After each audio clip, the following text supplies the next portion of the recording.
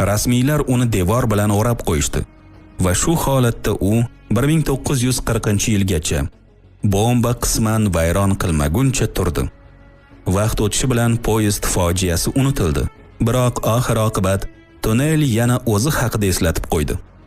1950-yillarning oxirida Mexiko shahri arxividan juda g'alati hujjat topildi.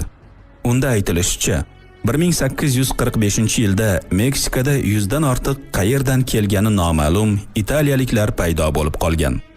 Ularning barchasi Rimdan poyezdda Mexikoga kelganliklarini da'vo qilishardi. Shuningdek, 50-yillarda g'oyib bo'lganidan 45 yil o'tib, Sonnetti poyezdi yana paydo bo'lib qoldi, lekin endi sharpa sifatida. Guvohlar aynan shu xil tarkibdagi poyezdni bir necha joylarda ko'rishgan. Xo'sh, bu nima o'zi? Poyezd vaqt mashinasi, tunnel esa portga aylanib qoldimi? Yoki shunchaki erib ketib, sharpaga aylandimi? Izohlarda bu haqdagi fikringizni yozib qoldiring.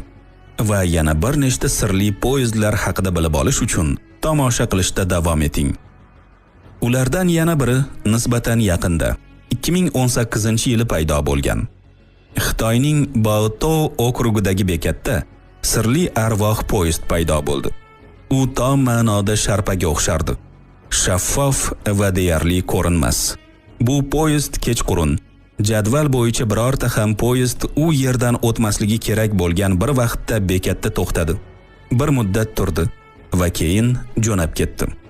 Vokzal ishchilarining ta'kidlashicha, o'sha paytda hech qanaqa haqiqiy poyezdni ko'rmaganlar. Vokzal xavfsizligi uchun mas'ul xodim u yerda ishlagan 12 yil davomida hech qachon bunday voqeani ko'rmaganini va bu boshqa takrorlanmasligiga umid qilishini aytdi. Aslida u nima edi? Bir nechta taxminlar mavjud. Ulardan biriga ko'ra, Baotou bekatiga Italiyadagi tunnelda g'oyib bo'lganga o'xshash arvoh poyezd kelib qolgan.